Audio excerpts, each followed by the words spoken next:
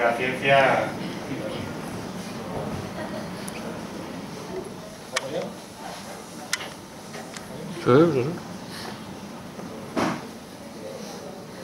Bueno, pues empezamos ya esta charla, 26ª edición de Científicos en el PAC. Si no me equivoco, hemos cambiado de local, circunstancias de la vida. Tenemos que ir cambiándonos de local de vez en cuando para dar emoción a las charlas. El tema de hoy,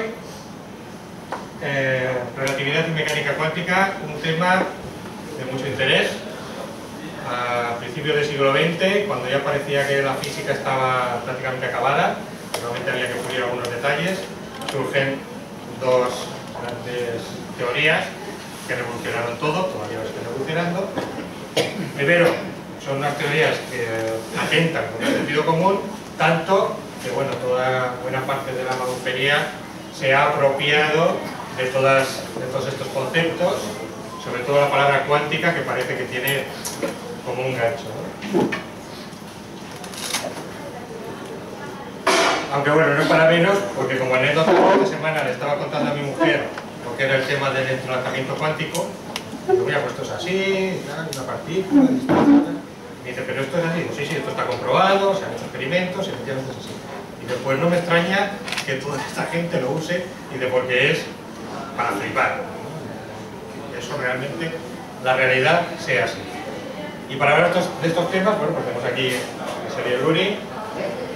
Él es profesor de astronomía, doctorado en física en la Universidad de Barcelona, profesor de astronomía. Toda su carrera la ha hecho dentro de las misiones espaciales, si no me equivoco. Y últimamente con la sonda Gaia, que va a hacer, está ahí analizando las estrellas para hacer una especie de mapa en 3D de nuestra galaxia, por lo que pienso que tiene cualidades suficientes como para iluminarnos acerca de estos temas tan complicados. Y bueno, no quiero extenderme más y un fuerte aplauso.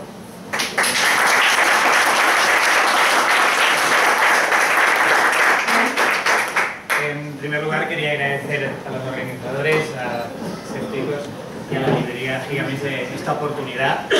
Tengo que decir que estoy encantado porque un sábado con fútbol, final de liga y estas cosas está esto lleno. Yo pensaba que habría gente, pero no tanta. Y como dice un amigo mío, hay que ser friki para estar un sábado hablando de relatividad y cuántica, viendo partido, y hay que ser friki para estarme escuchando. Pero no os preocupéis porque frikis estamos con vosotros. En fin, voy a hablar de relatividad y cuántica y voy a dar la charla en castellano, aunque las transparencias estén en catalán, así les ahorro a mis compañeros el subtitulado. Voy a hablar de conceptos, voy a meter un mínimo número de fórmulas posible y voy a hablar de fundamentos, interpretación y consecuencias de la relatividad, de la mecánica cuántica y algunos de los malentendidos más frecuentes. Y al final de la charla voy a hacer un poco de introducción a lo que hemos calificado como magufería, paraciencia, llamarlo como queramos, que en este caso, al contrario que en otras charlas como de homeopatía, estas cosas, yo creo que la distinción está mucho más clara y voy a dar una regla heurística para estos casos bastante, creo que es bastante fácil de ver. Empecemos con la teoría de la relatividad. Como muy bien ha dicho, a principios del siglo XX hubo lo que Popper llama un cambio de paradigma en la física. Se pasó de la física newtoniana a la física relativista. Pero vamos a ver un poquito qué quiere decir este cambio de paradigma. En su momento, a finales del XIX, durante el siglo XIX, la física newtoniana estaba en su apogeo. Es decir, era el no va más, había logrado cosas muy fuertes, como una de las últimas, la predicción de la posición de Neptuno, o sea, de la existencia de Neptuno inferida a partir de las observaciones de los movimientos del resto de planetas. Este es el texto original de cómo se calculó las perturbaciones en el resto de planetas y que llevaron a la predicción de decir, tiene que haber algo en esta posición que en 1836 Johann Gottfried observó Neptuno. ¿De acuerdo? Podría ser un poquito, si queréis, el canto del cisne, es decir, el último empujón, la última cosa grande que hizo la física newtoniana antes de empezar a mostrar sus límites.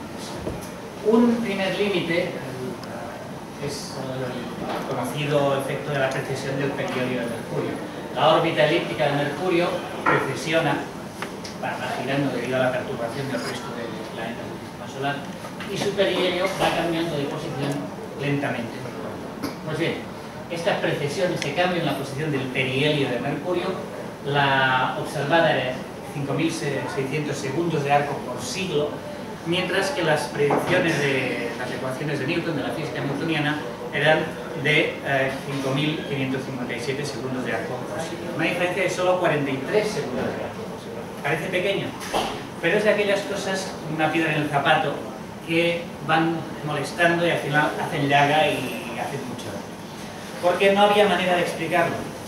Podía parecer, o parecía en aquella época, que algo tan pequeño podía ser explicado por algo, digamos, todavía no observado, nubes de polvo alrededor del Sol, en la órbita de Mercurio, cosas que se nos habían pasado, pero a medida que se observaba más y más y más, no aparecía nada de ese estilo, no había nada que justificase esa diferencia. Y a pesar de que era pequeña, era una molestia, es de aquellas cosas que van quedando, pero no, al contrario de lo que se dice, no fue esto fue un motivo fundamental para pasar de la teoría de Newton a la teoría de Einstein. Hay otros motivos que ahora comentaré.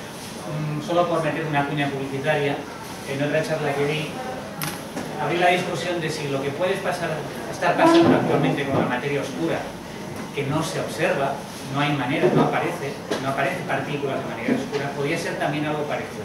Pero esto es cosa de otra charla. La indicación de que las teorías actuales están llegando a su fin. Bien, lo que tal vez es menos conocido, pero es conceptualmente más profundo, es algo que pasó también por aquella época. Se introdujeron las ecuaciones de Maxwell. Estas son las ecuaciones de Maxwell. Y las ecuaciones de Maxwell tienen una cosa particular. En las ecuaciones de Maxwell aparece una cantidad, 1 dividido por la raíz cuadrada en un 0,0 de permitividad vacío, que, combinadas así, dan una cantidad que es la velocidad de la luz, es decir, la velocidad de propagación de las ondas electromagnéticas en el aire. Y esto está muy bien, lo dan las ecuaciones de Maxwell, pero hay un problema. Y el problema es que estas ecuaciones requieren que la luz se propague a una velocidad fija. Y las preguntas siguientes muy bien fijas respecto a qué sistema de referencia. En física newtoniana, si dices que tú das una velocidad de algo, tiene que ser respecto a un sistema de referencia. En esa época se propuso la existencia de algo que se llamaba el éter lumínico, un medio casi inmaterial o inmaterial en el cual se propagaba la luz, y respecto a ese medio era donde la luz tenía una velocidad de 299.792,498 kilómetros por segundo. ¿Vale? En aquella época, además, las ondas no se entendían sin un medio de propagación. Eran dos motivos por los que llevaron a postular la existencia del éter lumínico. El medio en el que se propagan las ondas, o propagaban supuestamente las ondas electromagnéticas. Lo que pasa es que, a base de observaciones, las propiedades de este supuesto medio donde se propagaba la luz se fueron haciendo más y más extremas. Tenía que ser fluido, pero al mismo tiempo mucho más rígido que el acero, rígido en el sentido de resistencia a la corriente, porque para que la luz viaje a la velocidad que viaja tenía que ser un medio rígido. La velocidad de las ondas de un medio depende de la rigidez de ese medio. No podía tener masa, porque si no afectaría al movimiento de los planetas del sistema solar, y eso no se observaba, ni viscosidad, porque tampoco había ningún efecto de fricción de frenado de los planetas en el sistema solar. Tenía que ser completamente transparente, porque no afectaba a la luz de ninguna manera, y no dispersivo, es decir, no dispersaba la luz, no afectaba a las diferentes frecuencias de ninguna manera. Tenía que ser continuo a escalas muy pequeñas, porque no había efectos a pequeñas escalas, y ningún tipo de interacción con los planetas. Una serie de propiedades que lo hicieron cada vez más irreal. Pero claro, ¿cómo sales de aquí? Necesitas un medio para que explicar qué o dónde aplicar las ecuaciones de Maxwell para hacer que la velocidad de luz esté en ese medio.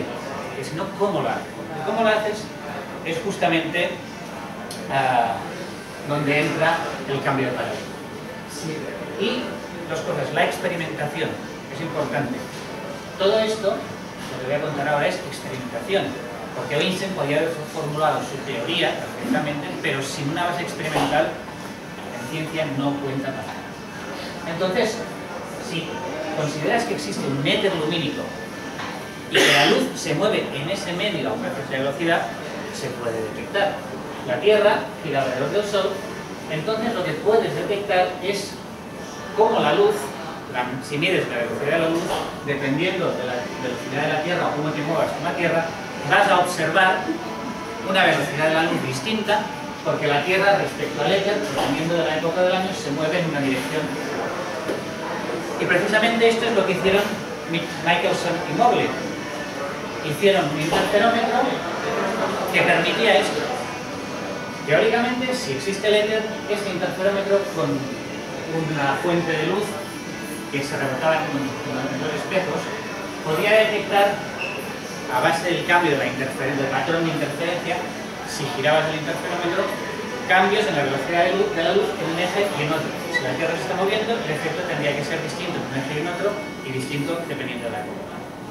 El problema es que estos señores obtuvieron un resultado negativo, lo cual, en esa época, era muy sorprendente. Quería decir que la velocidad de la luz era la misma independientemente de si te estás moviendo hacia la fuente de luz o te estás alejando de la fuente de luz. Esto es muy sorprendente y es algo que a veces no se entiende bien de la relatividad. Y además, experimentos posteriores, el de Michelson y Mobley a finales del siglo XIX, se fueron refinando, pero el de Michelson y Mobley era bastante definitivo. Pero bueno, se fueron repitiendo y se confirmó que te pongas como te pongas, la velocidad que tú mides de la luz no depende de si te estás acercando a la fuente o alejando de ella. Es como si dijésemos un coche que viene hacia mí, la velocidad con que viene ese coche es la misma si voy corriendo hacia él que si me alejo de él. Hasta el punto de que si me alejo del coche a la misma velocidad que el coche, veo la misma velocidad del coche. No tiene sentido. No tiene sentido según nuestra lógica clásica, la lógica intuitiva. Pues bien, ¿cómo definir una teoría, cómo formular una teoría que mantenga todo el potencial de la física newtoniana? Eso es importante. En ciencia, cuando uno formula una nueva teoría, esto lo volveré a comentar, tiene un par de restricciones. Tiene que explicar todo lo que la teoría anterior podía explicar, más los nuevos hechos experimentales que la teoría anterior no puede explicar. Lo cual no es fácil, no es tan fácil como invento una teoría y ya. Y es aquí donde Einstein entra en escena y formula su teoría especial de la relatividad, la primera formulación, la teoría restringida, y parte de un principio parece muy tonto. Las leyes de la física son las mismas en todos los sistemas de referencia inerciales. Pues, relatividad restringida, luego la generalizaremos. Pero todos los sistemas de referencia en reposo o movimiento informe, las leyes de la física son las mismas. Y esto incluye a las ecuaciones de Maxwell. Si esto se aplica a las ecuaciones de Maxwell, implica que la velocidad de la luz tiene que ser la misma en todos los sistemas de referencia inerciales. Es decir, lo que estoy diciendo, la velocidad que mido a la luz es la misma tanto si la fuente de esta luz me acerco a ella o me voy alejando de ella. Es decir, si intento huir del rayo de luz, me voy de cara para ella. Voy a medir la misma velocidad. Y resulta que esto es incompatible con las transformaciones de Galileo. ¿Qué son las transformaciones de Galileo? Primeras fórmulas, esto lo podéis buscar en la Wikipedia, pero son las transformaciones normales de coordenadas que hacemos intuitivamente en la cabeza o las que se hacen en física de bachiller. Es decir, cómo yo expreso lo que veo desde mi sistema de referencia, cómo deduzco lo que vosotros desde otro sistema de referencia cuando lo estáis moviendo veréis. Y básicamente esto dice que las velocidades se suman. Si yo me estoy moviendo en un sistema de referencia y vosotros venís hacia mí, vuestra velocidad se suma con la de mi sistema de referencia. Si me alejo al revés, es lo que nos dice la inducción. Pero tiene una trampa. Y una trampa es esta. P2 igual a T1. Esto quiere decir que el tiempo es absoluto. Que hay un tiempo y ese tiempo, la medida de ese tiempo, el paso de los segundos es el mismo en todos los sistemas de referencia galileanos. ¿De acuerdo? ¿Y por qué digo que está? Porque eso se mete en hipótesis de partida, punto de partida, pero, como veremos ahora, para llegar a conseguir que la velocidad de la luz no dependa del sistema de referencia, algo tiene que suceder. Y esto va a ser una de las cosas que va a pasar. Bien, unas pocas fórmulas. Las transformaciones de Lorentz. Muy brevemente, voy a hacerlo rápido, no pretendo que se entienda exactamente, porque esto hay que darle un poco de vueltas, lo dejo como deberes para casa, pero para que veáis un poquito que con un razonamiento simple o relativamente simple salen las transformaciones de Lorentz. Tenemos dos sistemas de referencia, este en movimiento, supongamos que este está quieto entre comillas y el segundo, el rojo, se mueve solo en este eje por simplicidad respecto al primero.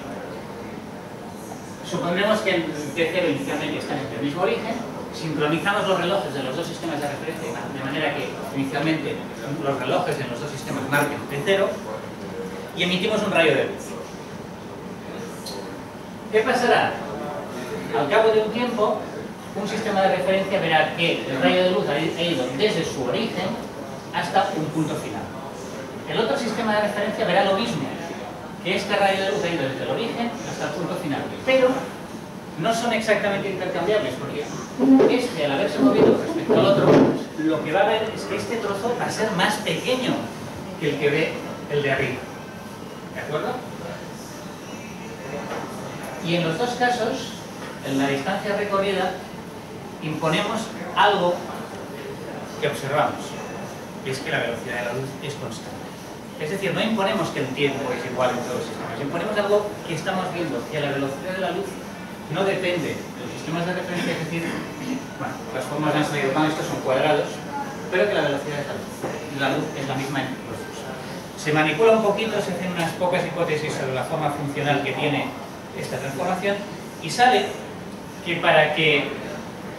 Bueno, se han estropeado las fórmulas con el OpenOffice, pero vamos, sale básicamente que para expresar lo que ve un sistema de referencia en función de lo que ve el otro, aparecen las famosas transformaciones de Lorentz. Estos factores 1 dividido por raíz cuadrada de 1 más menos v cuadrado dividido por c cuadrado.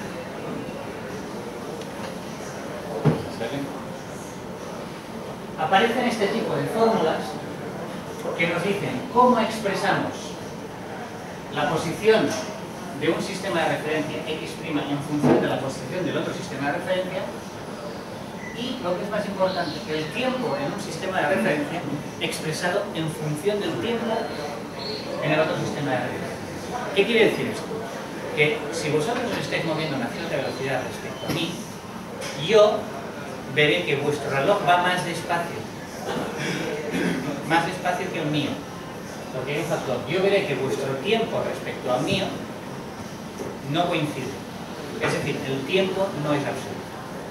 Bueno, todo este rollo para deciros que la introducción de la relatividad especial, fijaos que no tiene que ver con la precisión del perihelio de Mercurio, tiene que ver con unas consideraciones teóricas bastante básicas y un punto de partida experimental que es el experimento de Michelson-Morley. Con la relatividad especial todavía no explicas lo de la precisión del perihelio, pero la introdujo Einstein antes de la relatividad general, que sí que la explica. Repito que las consideraciones eran muy fundamentales. La velocidad de la luz es constante. Punto. Por lo tanto, el tiempo no es absoluto y ni tan solo las distancias son absolutas. La distancia que yo mido de aquí al aparador, pongamos 5 metros, no va a ser la misma que mide alguien que viene a la mitad de la velocidad de la luz. Va a medir menos, 3,5 metros. Fijaos que es un cambio bastante profundo. Un cambio de paradigma bastante profundo. La constancia de la velocidad de la luz implica que tiempo y distancia son relativos. La distancia entre aquí y allí depende del observador, depende de cómo se esté moviendo. El tiempo entre un acontecimiento y el siguiente depende del observador, depende de cómo se esté moviendo.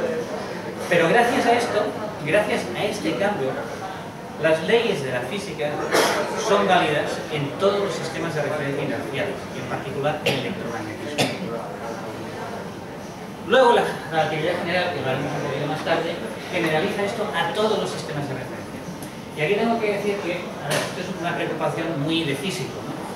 Esto de que las leyes de la física sean válidas en todos los sistemas de referencia. Igual, ¿qué más da? Pero en física esto es conceptualmente muy profundo. Porque si no, resulta que hay sistemas de referencia privilegiados. Eso es algo conceptualmente muy molesto. Si hay un sistema de referencia privilegiado, ¿por qué es privilegiado? ¿Qué lo hace privilegiado? No tenemos motivos para pensar que un sistema de referencia tenga privilegios. Si no los tiene, tienes que formular. Las leyes de la física son válidas exactamente las mismas como todos los sistemas de referencia. Y de ahí te sale que el tiempo y distancia son relativos. A preferencia de físico. Prefiero cargarme el tiempo y la distancia como cosas constantes y que no dependen y mantener las leyes de la física válidas antes que mantener las transformaciones de Galileo y decir que el tiempo es un absoluto y las distancias son las. Y aquí un primer mensaje es que, al contrario que algunas afirmaciones poco rigurosas que hay por ahí, la teoría de la relatividad no permite concluir que todo es relativo. Al contrario, dice que las leyes de la física son válidas universalmente. Son las mismas. Hay unas leyes de la física y son válidas universalmente. Lo que pasa es que las expresiones de distancia, tiempo, etcétera, la descripción que tú haces del universo es relativa a tu sistema de referencia. Ese es el punto. Pero no que todo sea relativo, que es una de las exageraciones habituales en estos casos. Comentario. La pregunta típica relacionada con la relatividad. ¿Podemos ir más rápido que la luz? Bueno, aquí hay un problema muy gordo para ir más rápido. Y no es un problema de que haga falta una energía infinita. Si se puede ir más rápido que la luz, esto cuestiona el principio de relatividad especial y general. Y además, eso es lo que más, el argumento de más peso, sería paradojal. Si tú puedes ir más rápido que la luz, esto rompería el principio de causa-efecto. Quiero decir, si tú consigues que alguna cosa vaya de aquí a allí más rápido que la luz, habrá siempre algún observador que verá la causa antes que el efecto. Y esto es muy gordo. Es algo inimaginable. O sea, es para un físico, pues, o para nosotros también, es mucho más duro decir renunciar al principio de causa-efecto, es decir, que las cosas pasan antes que las causas que las producen, que renunciar a que el tiempo es absoluto o que la distancia se encoge. Entonces, ir más rápido que la luz no solo es un problema de que haga falta energía infinita para acelerar un cuerpo material hasta la velocidad. No solo es eso, es otra consecuencia secundaria de eso. Es que ir más rápido que la luz se cargaría los fundamentos de la relatividad y el principio de causa. Por eso, cuando nos preguntan si puedes ir más rápido que la luz, que la respuesta es no, a no ser que nos estemos equivocando de mucho. Luego lo matizamos. Es lo que decía, a veces se dice, no, es que no puedes ir más rápido que la luz porque la masa aumenta con la velocidad, la energía que haría falta para acelerar un cuerpo hasta la velocidad de la luz sería infinita y por tanto no puedes ir más rápido. ¿De acuerdo? Pero esto no es lo fundamental. Y una nota a pie de página, los taquiones no existen, que sepan. No se ha observado ningún taquión. El taquión es el nombre que se da a lo que sale en las ecuaciones cuando pones algo que viaja a velocidad más rápida que la luz. Te sale una partícula que viaja del futuro al pasado. Pero aparte de ponerlo en una notación, eso no se ha observado nunca. Aparte de Star Trek, que tienen cosas que hacen taquiones, en realidad no hemos observado ningún taquión porque no hemos observado nunca nada que vaya del futuro al pasado. No hemos observado nunca una violación de la solución causa-efecto. ¿De acuerdo? Cuidado con los medios de comunicación, porque pasan cosas de estas. Hace un tiempo una noticia sobre neutrinos más rápidos que la luz, y al cabo de un tiempo publicaron otra noticia diciendo que era un problema con un cable. Ninguna de las dos es cierta. ¿De acuerdo?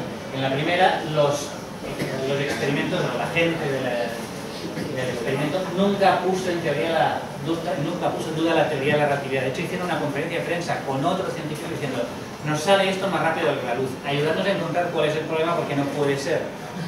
Eso sí, supongo que lo dijeron, y por si acaso sonaba la flauta y había algo, ya lo has dicho, pero de hecho, en la reunión en donde presentaron los resultados, lo que decían era ayudándonos a encontrar dónde está el problema.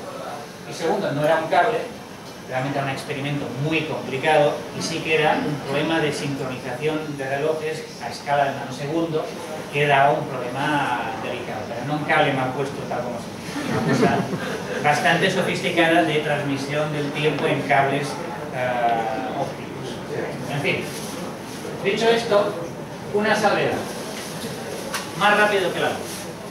No, pero, como comentaré luego, las correlaciones cuánticas a distancia, lo que comentabas, implican en cierta manera una interacción más rápida que la luz, pero de forma compatible con la relatividad. O sea, de hecho no puede transmitirse información más rápido que la luz, pero parece que hay algo que sí que va más rápido que la luz. De hecho, técnicamente en este caso lo que se habla es de no localidad, luego hablamos de eso.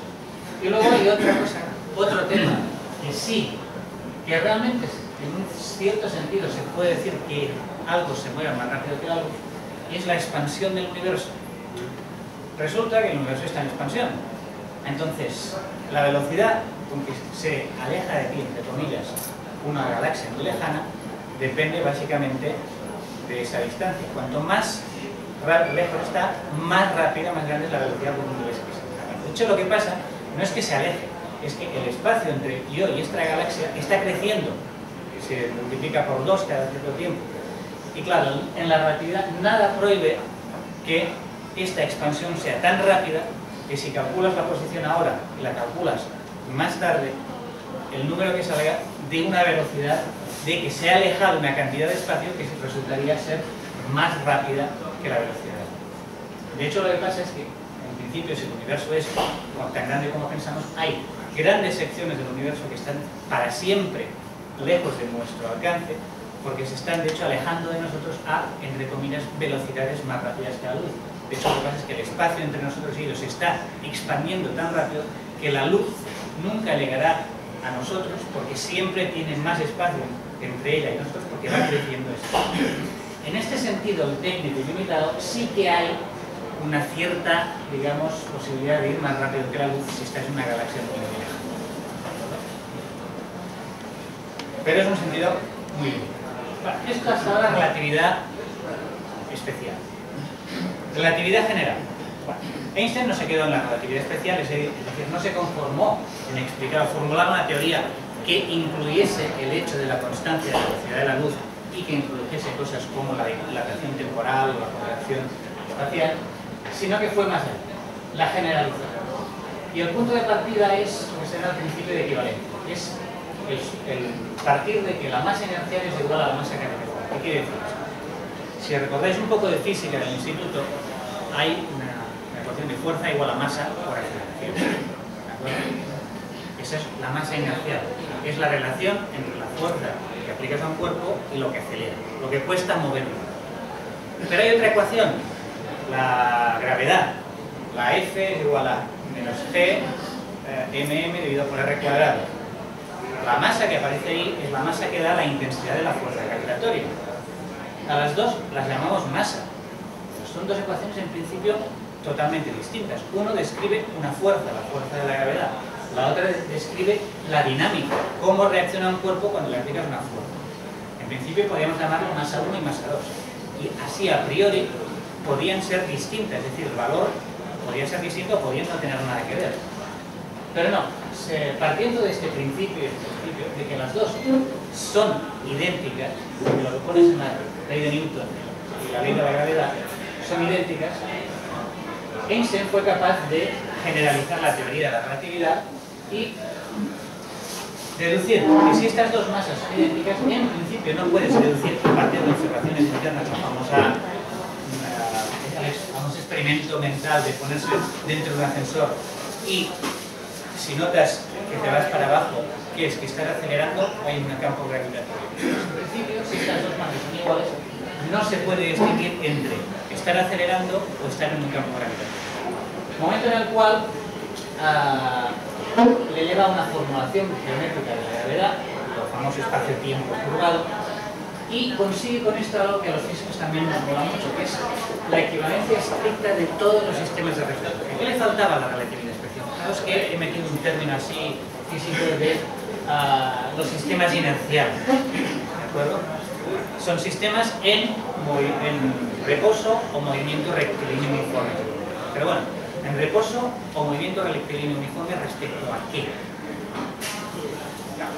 física newtoniana hay un espacio-tiempo absoluto, es decir, se sabe, no está muy claro cómo, pero en principio se puede saber si un cuerpo está en reposo o en movimiento rectilíneo uniforme. Pero si te libras de la física newtoniana, tienes que librarte de esto. Y Einstein lo consiguió.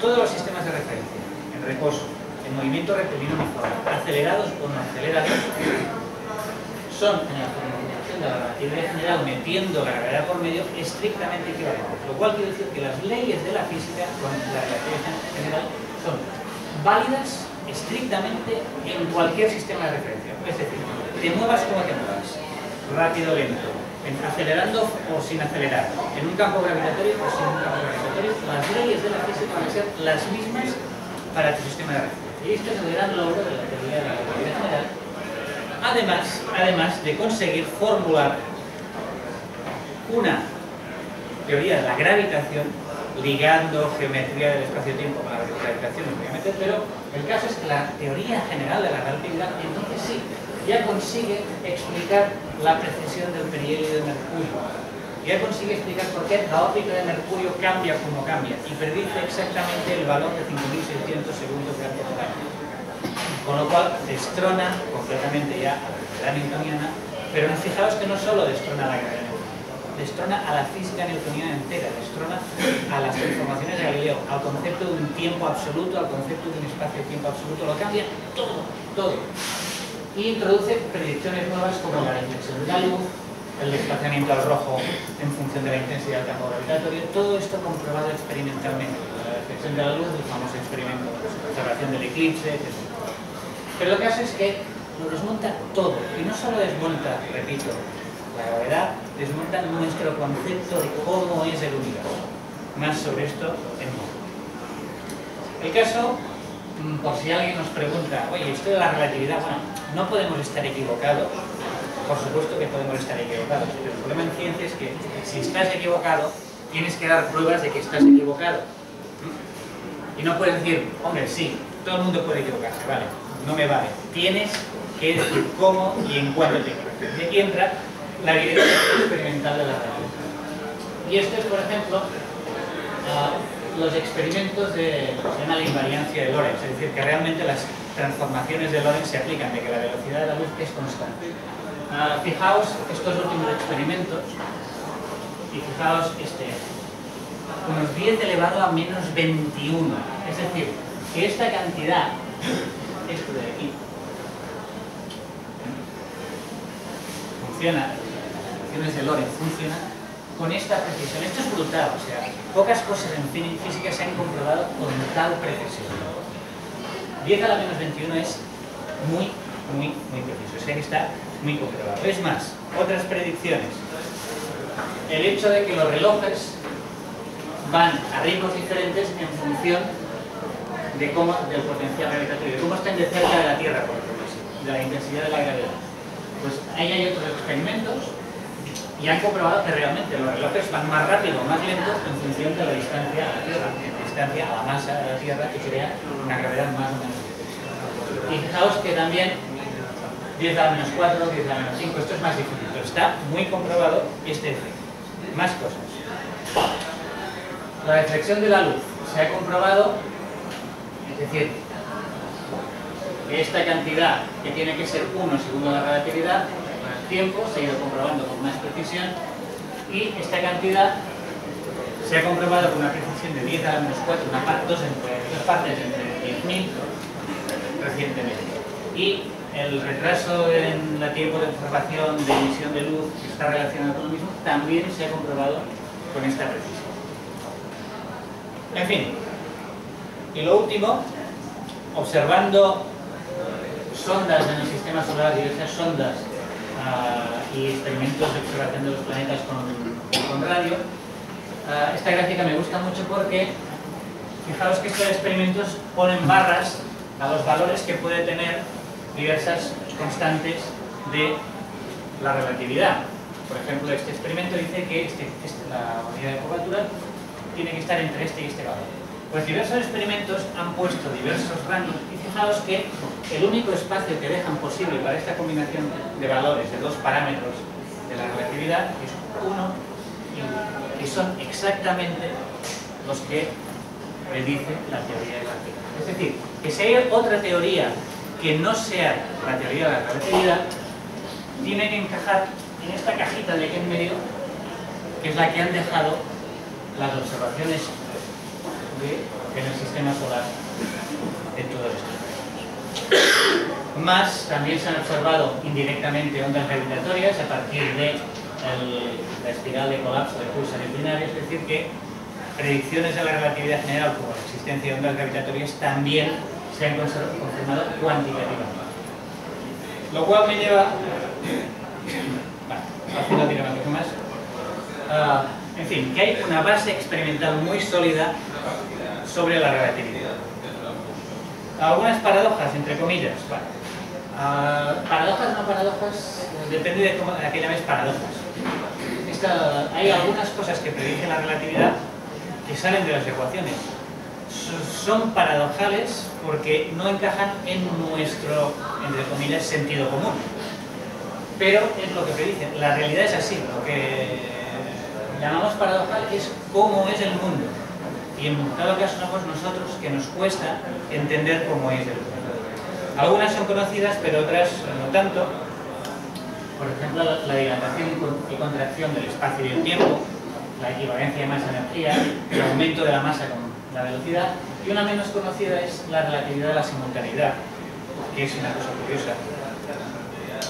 Y es que lo que yo veo como dos eventos simultáneos, es decir, que pongamos, te doy un interruptor y esa luz se encienden simultáneamente, para otro observador que se mueve a una velocidad distinta, pueden no ser simultáneos.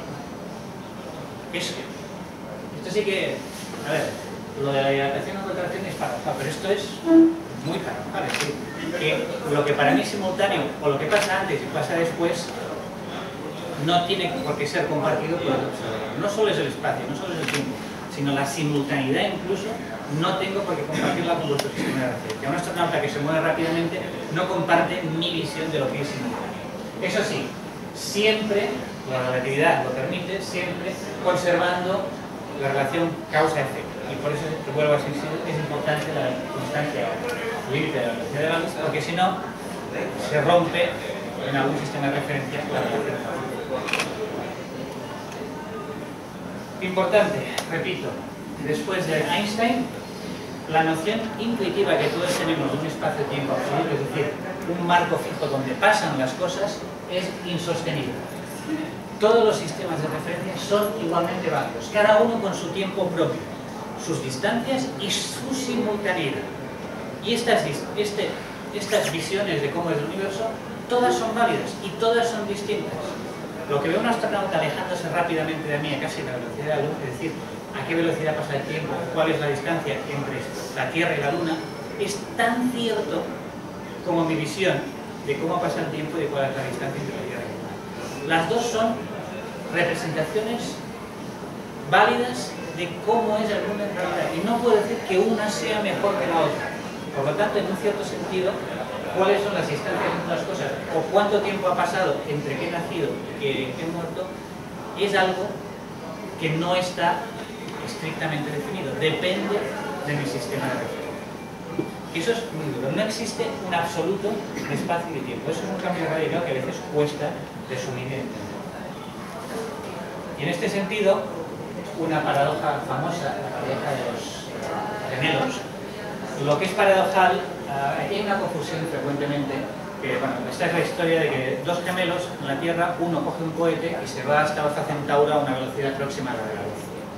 Y cuando vuelve, el gemelo que se ha ido en el cohete es mucho más joven que el que se ha quedado en él, ¿vale? Esto no es la paradoja, esto es la predicción de la relatividad. Lo que se conoce como paradoja de los gemelos es el hecho siguiente, y es que lo que decían al principio de la formulación de la teoría de la relatividad es que si miras lo que acabo de decir, el sistema de referencia, es decir, el señor que se queda en Tierra ve que el gemelo que se va, el tiempo pasa más lentamente para él. Pero es que el que se va, él está quieto en su sistema de referencia y ve que el gemelo que se queda en Tierra es el que pasa el tiempo más lentamente.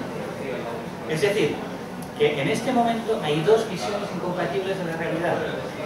uno dice que el otro envejece más lentamente y el otro dice que el uno envejece más lentamente. Y las dos son ciertas a la vez.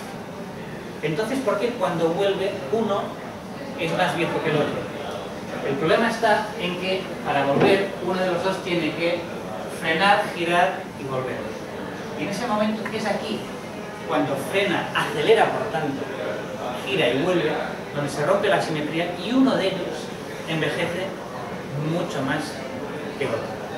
Pero la paradoja era, o es, que mientras uno se está alejando del otro, los dos pueden decir al mismo tiempo que es el otro el que se está envejeciendo más lentamente. Y solo se rompe la simetría cuando uno gira y vuelve. Y si haces los cálculos ves que entre que gira y vuelve es en este trozo de aquí donde tiene mayor lugar la mayor parte del envejecimiento del que se ha ido y del que vuelve. Una cosa un poco complicada, pero voy a decir que lo paradojal no es que uno envejezca más que el otro, sino lo paradojal en su momento se consideraba de por qué dos sistemas que en principio deberían ser equivalentes no lo son. Y el truco está en que uno de ellos acelera en un momento dado y se rompe la simetría. Vale. En fin. Si alguien quiere animarse a formular una alternativa a la relatividad, esta es una lista de las teorías alternativas de la relatividad que se han formulado desde Einstein, que ninguna de ellas ha llegado a considerarse una alternativa viable, porque es muy difícil. Tendría que explicar todo lo que explica la relatividad y algo nuevo que la relatividad no predice. Y como habéis visto, de momento, todas las pruebas empíricas clavan la relatividad. Bueno, mecánica cuántica. Ahora sí que sudaré. Repito que hay una cierta familiaridad con la relatividad, pero la cuántica es muy difícil. Es muy difícil, pero ya os lo comento. Es que no está claro, hay una parte de la mecánica cuántica que es que no está claro cómo funciona. No está claro en el sentido de que es insatisfactoria la teoría que tenemos. Y ahora lo comento. Vale. Primero, la cuántica es una teoría extremadamente exitosa. Realiza predicciones experimentales tanto o más precisas que las de la relatividad y está muy comprobada. Funciona. El problema de la cuántica es lo que se llama la interpretación de la mecánica cuántica. Y es una cuestión casi filosófica. Que es cómo es la realidad, el mundo real que describe la mecánica cuántica. Es decir, qué tipo de entidades, cómo son los seres en el sentido filosófico, las entidades que hay en el mundo que describe la mecánica cuántica, cuál es su ontología y qué es poco filosófico. Bueno, y como os comentaba, lo que discutiré a continuación, no hay un consenso claro en física, ciencia, de cómo se resuelve el problema de la interpretación de la mecánica cuántica. Sencillamente no hay un consenso. Por lo tanto, si hay algún aficionado a la mecánica cuántica que ha leído libros, muchos no se entienden. No se entienden, pero no por la formulación cuántica, sino porque hablan de una manera, de la típica manera que uno habla cuando en realidad no está muy seguro de lo que dice o de que no hay un consenso. Y estoy hablando de libros de física, ¿de acuerdo? Yo me he leído unos cuantos y realmente hay libros que no se entienden, que hacen unas teorías absolutamente barrocas y confusas para acabar diciendo, bueno, esto vamos a hacer es así. Yo mismo, y no es broma, no puedo garantizaros de ser totalmente coherente o conseguir explicarme de forma. Y me remito a Feynman, que decía que si crees que entiendes la mecánica cuántica, en realidad no entiendes la mecánica cuántica. Y es una broma, pero que transmite un mensaje realmente serio. Bueno, la primera dificultad ya está en el lenguaje. Si en relatividad ya apuesta, porque intuitivamente tenemos en la mente las transformaciones de Galileo, pensamos como si hubiese un espacio-tiempo de referencia universal, que el tiempo fuese universal o el espacio universal, y no lo es. En cuántica es peor. La manera de pensar ya nos molesta. Intuitivamente pensamos en entidades, bolitas, partículas, que tienen propiedades intrínsecas. Y esto en cuántica sencillamente no es funcional. También presuponemos una serie de tipos de relaciones en el mundo. Continuidad de las cosas, o luego discutir la separabilidad, es decir, que yo puedo realizar un experimento y hacerlo de forma que sea en la práctica independiente de lo que pasa en el resto del universo. No es así, es imposible, la cuántica lo impide. Este experimento puede estar afectado por algo que ha pasado en un quasar hace 1000 millones de años, lo del tangón, lo del entrelazamiento. Y también tenemos tendencia a pensar en términos de un espacio-tiempo absoluto, lo cual la relatividad es. En fin, esto se debe tenemos en mente, en la cabeza, los filósofos llaman una ontología por defecto. Básicamente nuestro mundo es una cuadrícula fija, recta, con bolitas que se mueven por ahí y hacen cosas infinitas. Eso es lo que tenemos todos en la cabeza, que éramos físicos o no físicos. Para salir de ahí cuesta mucho. Un resumen de cómo cambia nuestra mentalidad, que es básicamente clásica, newtoniana o relativística y cuántica, respecto a la cuántica. En física clásica las propiedades eran continuas, en física cuántica son cuantizadas, es decir, las propiedades no pueden tomar valores cualquiera, sino pueden tomar valores discontinuos, salvo posiciones. Pero bueno, esto es lo más fácil. En física clásica era determinista, la cuántica es indeterminista. Discutiremos si es absoluta, un determinismo absoluto, es decir, que realmente es fundamental, o relativo, es decir, que en realidad la cuántica es determinista, pero no podemos, por las limitaciones experimentales, predecir los resultados. En física clásica se hablaba de ondas y partículas, en física cuántica es impropio hablar de ondas o partículas. Es más complicado que eso. En cuántica no hay propiamente ondas o propiamente partículas. Hay algo, una función de onda o una matriz de Hilbert que no encajan ni en las ondas ni en las partículas, son algo distinto. En clásica lo que se llama espacios de fases es intuitivo, es decir, básicamente las cosas pasan en un espacio donde hay posiciones de velocidades, y en cuántica tienes que hablar de funciones de onda, lo cual es mucho más raro, pasan cosas como que hay observables incompatibles, no puedes medir al mismo tiempo posición y velocidad, o no puedes medir las dos componentes en espina. También, los observables en clásica son preexistentes e independientes de los observables. En cuántica, lo que tú puedes medir o lo que tiene sentido hablar, las propiedades de las que tiene sentido hablar, dependen de la configuración experimental. Si tu experimento no está preparado para medir la polaridad en una cierta dirección, no tiene sentido hablar de si esa partícula tiene una polaridad.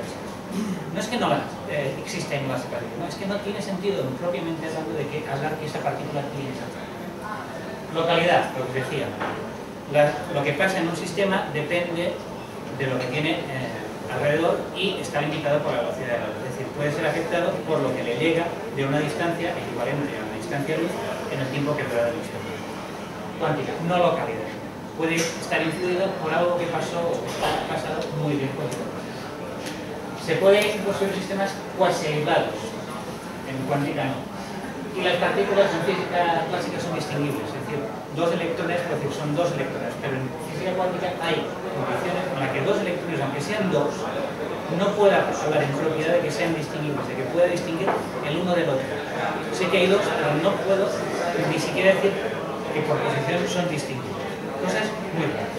Como dice Feynman, hay que aceptar la naturaleza como es absurda según nuestro sentido de la vida. Bueno, me voy a saltar esta porque tampoco quiero insistir que intentar mantener los conceptos clásicos de partículas y ondas lleva fácilmente a contradicciones. Bien, ¿cómo podemos resolver el problema este de que la realidad que nos escribe la cuántica es absolutamente contraria a nuestra intuición? Completamente aliena a nuestra manera de pensar. Básicamente hay dos opciones. Tirarse al positivismo, que es una posición filosófica que dice básicamente no tiene sentido hablar de seres y cosas que les pasan, solo puedes hablar de resultados experimentales. No tiene sentido esta afirmación. Un electrón tiene una carga. Lo que tiene sentido es, he hecho un experimento y me ha dado este resultado. Se renuncia a ontología, a hablar de cómo son los seres, las cosas que hay en el mundo. Esto es lo que se conoce como interpretación de Copenhague y hablaremos más tarde. Es la interpretación original de la metáfora. O la segunda opción es lanzarse al ruedo y definir una nueva ontología. Es decir, el mundo, hay objetos, hay cosas, y no son, como en la física clásica, bolitas que se mueven, son otra cosa, con estas propiedades. Y así está hecho el mundo. Pero tiene que ser compatible con la cuántica, con los hechos experimentales. Vale. El positivismo. Está muy bien filosóficamente, solo podemos hablar de propiedades o de resultados de los experimentos, pero en la práctica es inviable, por mucho que te empeñes. Consciente e inconscientemente, ¿quién puede hacer ciencia sin pensar que detrás hay una realidad que es lo que te descubren los experimentos? Limitarse a hablar de resultados experimentales puede funcionar para escribir un artículo o para hacer una predicción, pero luego, cuando intentas pensar, es imposible o es casi imposible pensar que no hay una realidad ahí detrás que es la que está, de la que estamos hablando todos. Ni siquiera los seguidores de la interpretación de Copenhague lo llevan a los últimos años. La interpretación de Copenhague es la interpretación ortodoxa inicial de cómo debe interpretarse lo que dice la mecánica cuántica. Esto en su momento, una reunión en Copenhague, y el primer intento de decir cómo hay que interpretar las cosas raras que dice la cuántica fue la interpretación de Copenhague, que es básicamente positivista. Entonces, la mayoría de los físicos básicamente lo que hacemos es convivir con el problema. Bueno, no sé, seguramente es que habría que hacer algo, pero bueno, funciona químicamente. Mucha gente que hace cuántica usa las ecuaciones, obtiene los resultados, pero no se meten en los problemas casi filosóficos de la interpretación de la mecánica. Y el cambio a otras ontologías es complicado. Voy a dar tres ejemplos. Un primero es lo que se llama la mecánica matricial de Heisenberg. Heisenberg formuló la mecánica cuántica en términos de matrices y operadores, una cosa absolutamente matemática, absolutamente abstracta, y uno podría decir, pues estas matrices, estos operadores, en realidad son mis objetos, algo absolutamente abstracto. Bueno, es una opción, pero es muy rara. Pero la formulación de Heisenberg cuadra con la mecánica cuántica, funciona, da exactamente las predicciones que tuve la mecánica. La mecánica ondulatoria es Schrödinger, mucho más familiar. Habla de unas cosas que son como ondas, que son unas funciones de onda que se propagan en un espacio y que, haciendo una interpretación de qué quiere decir eso en términos de medir un electrón que lo observas en una pantalla, te dicen lo que tú ves. Pero puedes postular que las ondas, esas ondas, las funciones de onda, son la realidad. No hay partículas, no hay ondas, son funciones de onda que son una cosa ni la otra.